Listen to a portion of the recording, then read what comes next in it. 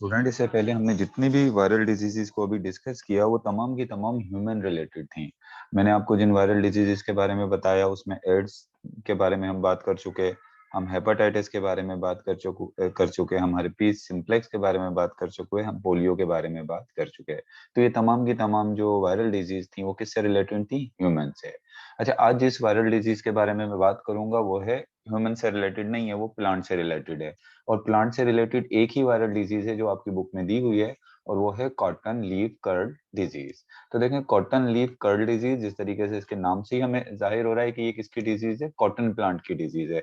और it is a serious disease of cotton plant. यानी जो कपास का पौधा होता है उसकी क्या है, ये एक सीरियस डिजीज है।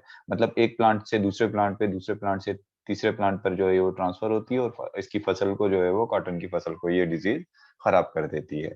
तो इस डिजीज का जो काज है, बेसिकली वो कौन सा वायरस है, वो है बेगोमो वायरसेस जो है वो क्या है, इसकी काज काज है। इस वायरस की वजह से ये जो है वो ये डिजीज होती है। अच्छा, ये वायरस किस तरीके से एक प्लांट से दूसरे प्लांट में ट्रांसफर होता है? तो इसकी ट्रांसमिशन जो होती है बाया व्हाइट फ्लाई।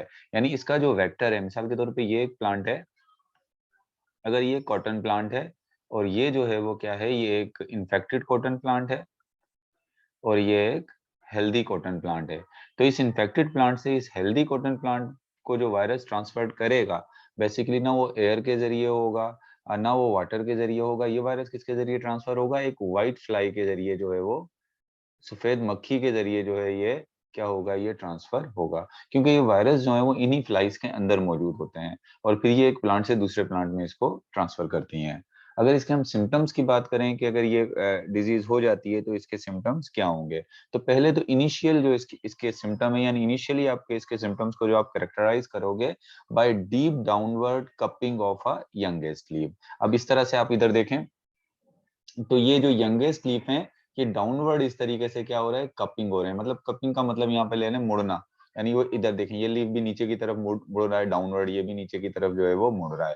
यानी इनिशियली जो है वो लीफ क्या होते हैं, इस तरीके से नीचे की तरफ कर्व होना या कपिंग होना जो है वो क्या हो जाते हैं, शुरू हो जाते हैं। और बाद में क्या बना, वो इतना ज्यादा जो है उनकी कप, फिर ये जो है वो क्या करते हैं, कप शेप की स्ट्रक्चर बना लेते हैं। आप इधर अगर आप देखें तो यहाँ आपको नजर आ रहा होगा, इसने किस शेप की स्ट्रक्चर बना ली है, ये कप शेप की स्ट्रक्चर बना ली है। और ये भी किसकी स्ट्रक्चर बना ली है, कप शेप की स्ट्रक्चर यहाँ पर डेवलप हो गई है। तो मतलब इनिशियली ये जो डिजीज जब स्टार्ट होती है तो क्या बनते हैं, ऐसे लीफ मुड़ना शुरू होते हैं, कपिंग उनकी शुरू हो जाती है, और बाद में वो कप शेप की स्ट्रक्चर बना लेते हैं। आप इस फ्लाई को भी यहाँ पर देख सकते हैं, ये व्हाइट फ्लाई है जो कि डिजीज ट्रांसफर करती है एक प्लांट से दूसरे प्लांट पर। तो आप देखें यहाँ पर क्या कह रहा है कि initially deep downward cupping of youngest leave, यानी यंगेस्ट लीव नीचे की तरफ मुड़ना शुरू हो जाते हैं। फॉलोड बाय, मतलब कंटिन्यू जो है वो ऐसे कपिंग होती है, और follow by development of cup shape leaf like structure. यानी लीफ की जो स्ट्रक्चर है वो कैसी हो जाती है, कप शेप की। आप देखें लीफ लाइक स्ट्रक्चर कैसी हो गई है, ये कप शेप की हो गई है। और इसकी अगर हम ट्रीटमेंट की बात करें तो इसकी ट्रीटमेंट जो है वो इंसेक्टिसाइड, यानी इंसेक्ट्स को जो किल करने वाले जो केमिकल्स होते हैं वो आपने क्या करना है, यूज करना है। आपको पता है इसके जो वेक्टर हैं, यानी इस डिजीज के जो वेक्टर है वो इंसेक्ट है, और वो कौन सा इंसेक्ट है, वो है व्हाइट फ्लाई। तो अगर आप इंसेक्ट्स को खत्म करोगे तो ये डिजीज भी ट्रांसमिट नहीं होगी, क्योंकि उसके वेक्टर ट्रांसफर करने वाले कौन है, ये इंसेक्ट हैं।